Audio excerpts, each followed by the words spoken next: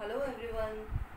Today we will learn the concentration terms of solution, or how do we measure the concentration of the given solution. So first of all, what do you mean by the solution?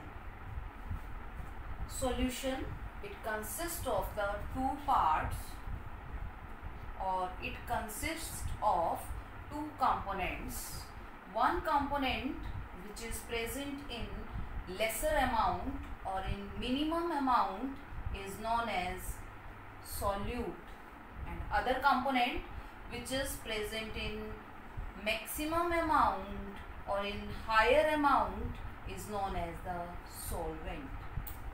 A solution consists of two components. One is solute, other is solvent. So how do we define solution? Solution is a homogeneous mixture of solute and solvent. It is a homogeneous mixture of solute and solvent. When we mix these two components, we get the third new component, that is solution. Now, in this lecture, we will learn how do we measure the concentration of a given solution. So, the first unit to measure its concentration is strength. How do we define the strength of a given solution? Strength of a given solution is measured in grams per liter, and it is defined as amount of solute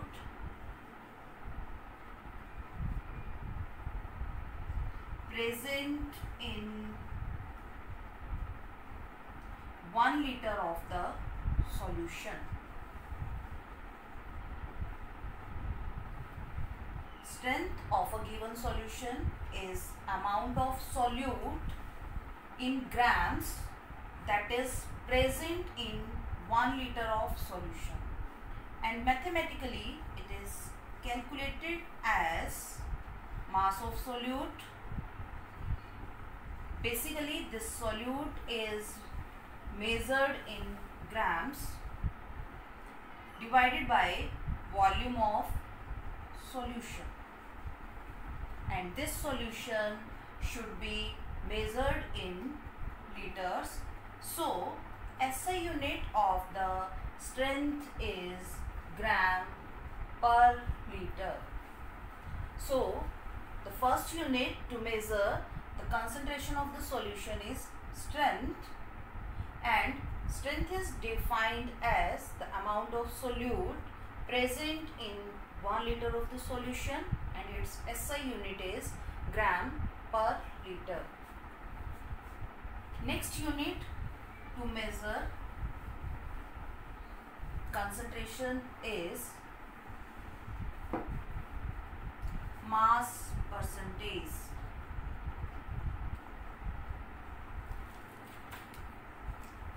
Next unit to measure the concentration of the solution is mass percentage. Percentage means in 100 parts of solution. The word percentage represent 100 parts. Therefore, we define the mass percentage of a solution is mass of a given solution, or mass of a component that should be present in 100 parts of the solution. For example, if we said a sugar solution has its concentration 10%. The concentration of a sugar solution is 10%, means 10 gram of sugar is present in 100 gram of solution. 10 grams of sugar is present in 100 grams of solution.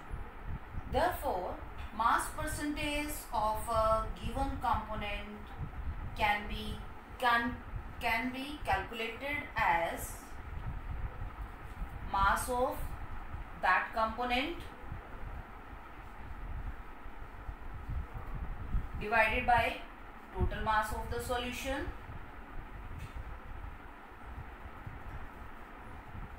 and multiplied by 100. This mass percentage does not have any unit. Why it has not unit? Because mass of the component as well as total mass of the solution, they have same unit. One is on the numerator, other is denominator. They both are cancelled out. Therefore, the mass percentage has no unit and it is a unitless quantity. It is represented only the number.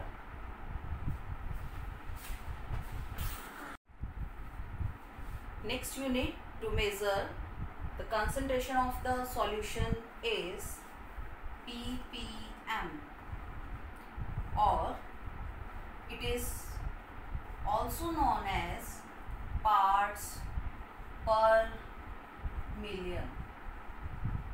The full form of ppm is parts per million. This unit of concentration is used where the amount of the solute is very less. For example, in medicines. How do we define ppm? Just like percentage.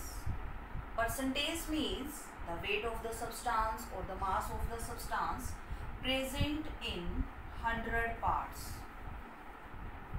Similarly, ppm means the mass of the solute or the mass of the component that should be present in 1 million of the solution. 1 million means 10 raised to power 6. Therefore, we define ppm as the mass of the solute or the mass of the component that should be present in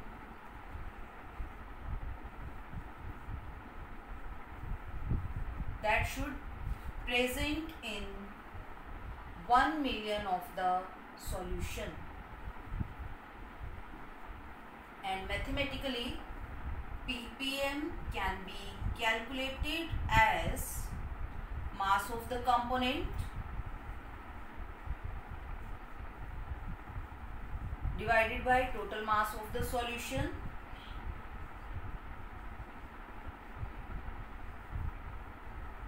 multiplied by 1 billion, that is 10 raised to power 6, and its unit is ppm. ppm, just like percentage, can be represented as this sign. Similarly, ppm is represented as this.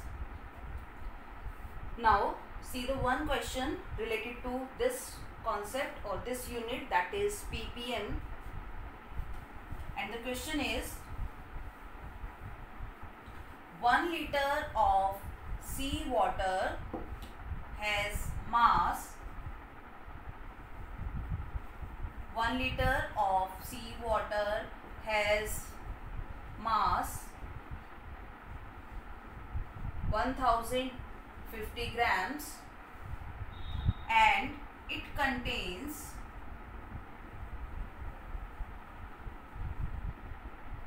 6 into 10 raised to power minus 3 gram of dissolved oxygen.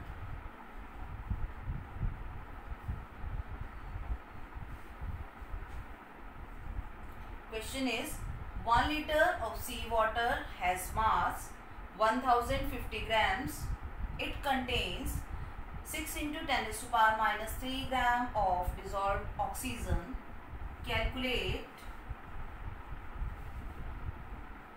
the concentration of oxygen in ppm. You have to calculate the concentration of oxygen in terms of ppm.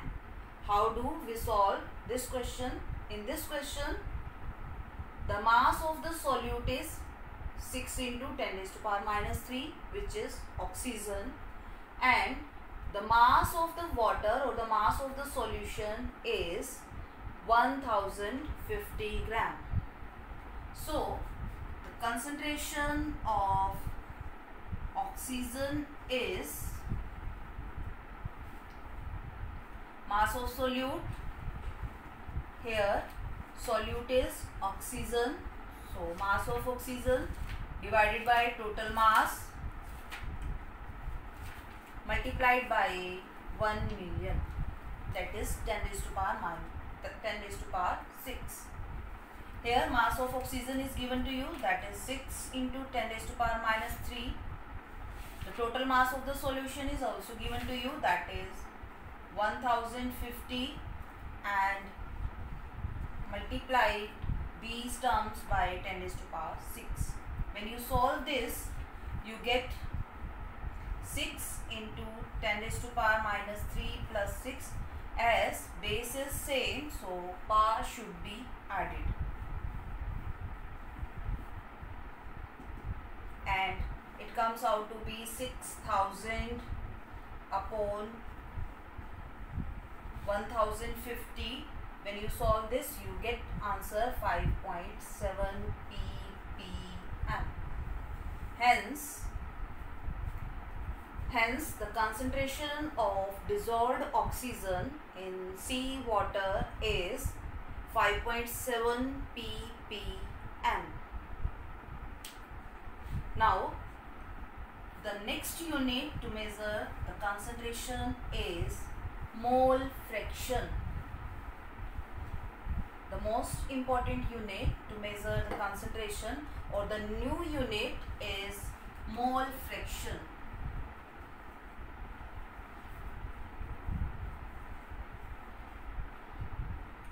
Mole fraction is a new term and it is represented by the letter X.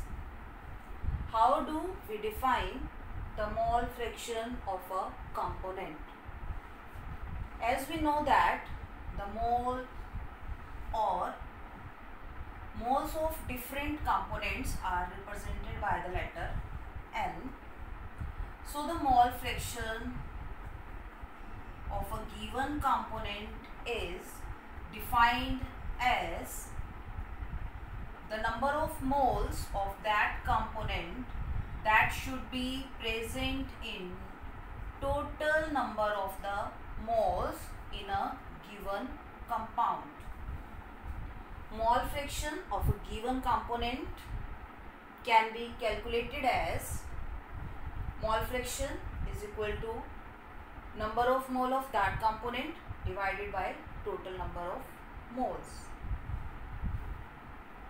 Hence, if there are two components in a given solution, that are the component 1 and component 2, let us suppose that for component 1 the number of moles are N1, for component 2 number of moles are N2. So the mole fraction of component 1 is X1 and mole fraction of component 2 is X2 and can be calculated as N2 divided by N1 plus N2. And one more important thing, if we add different mole fractions in a given solution, then the sum is always equal to 1. If in a solution two components are present, then the sum of two mole fractions is 1 if it contains n component. If a given solution contains n component, then the mole fraction of all components, the sum of all component of mole fraction should be equal to 1. If it contains two components, then the mole fraction of two components should be 1. If it contains 3, then x1 plus x2 plus x3 equal to 1. If a solution contains n components, then the sum of all mole fractions or n mole fractions should be equal to 1. And this mole fraction also unitless quantity. Why it is unitless quantity? Because numerator and denominator both have the same unit, that is number of mole. The number of moles on the numerator as well as denominator, they are cancel out and it becomes a unitless quantity.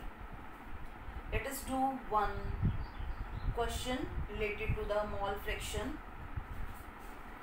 See the example related to the mole fraction. A solution contains two components.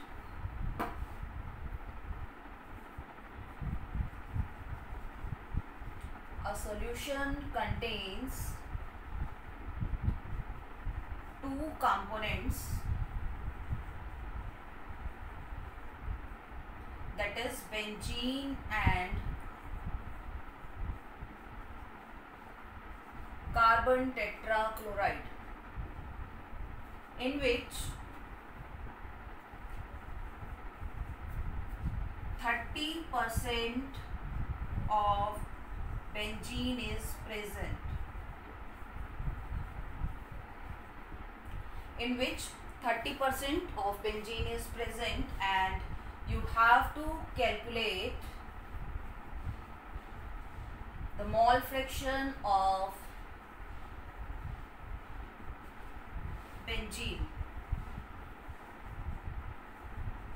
You have to calculate the mole fraction of benzene. How do we solve this question? For mole fraction, we know the chemical formula or the mathematical derivation. For mole fraction, we need number of moles of the different components. In this statement, two components are present. One is benzene and other is carbon tetrachloride.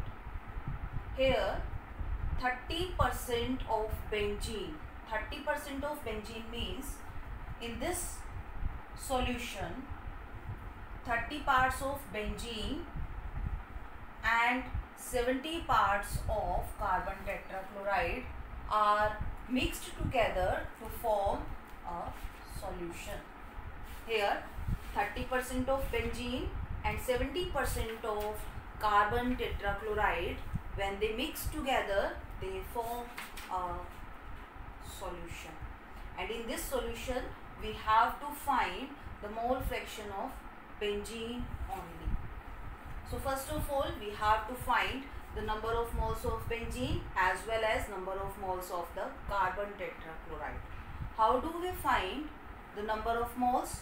For number of moles, we know that when you divide the mass of the solute or the given mass divided by its molecular mass, we find the number of the moles of that component. So first of all, we have to find the number of moles of benzene. For this,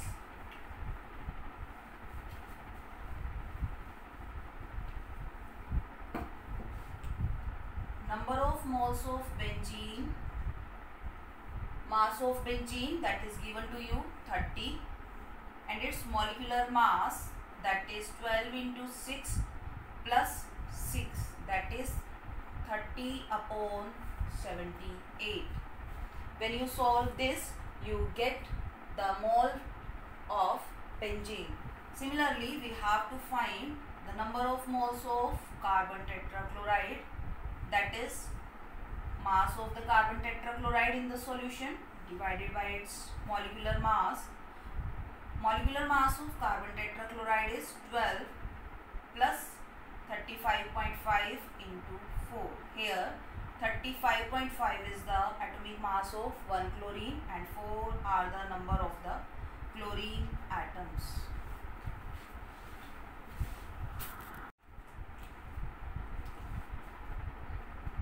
For the number of moles of carbon tetrachloride, 70 is the mass of the carbon tetrachloride and divided by its molecular mass. For molecular mass, 12 plus 35.5, 35.5 is the mass of the chlorine multiplied by 4.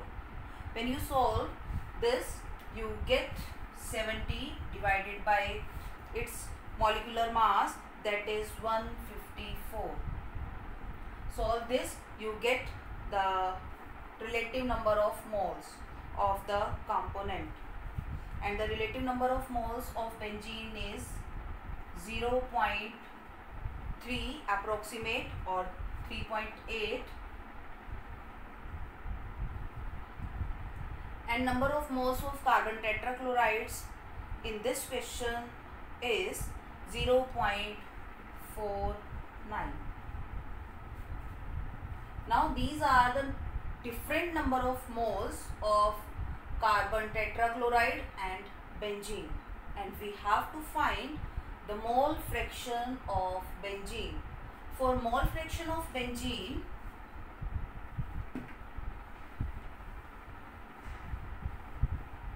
we have the formula. Mole fraction is represented by X, as we have to find the mole fraction of benzene. So I write here the molecular formula of benzene, that is C6H6, and it is equal to number of moles of benzene divided by total numbers of moles, that is number of moles of benzene plus number of moles of carbon tetrachloride, and it is equal to 0.38 divided by 0.38 plus 0.49.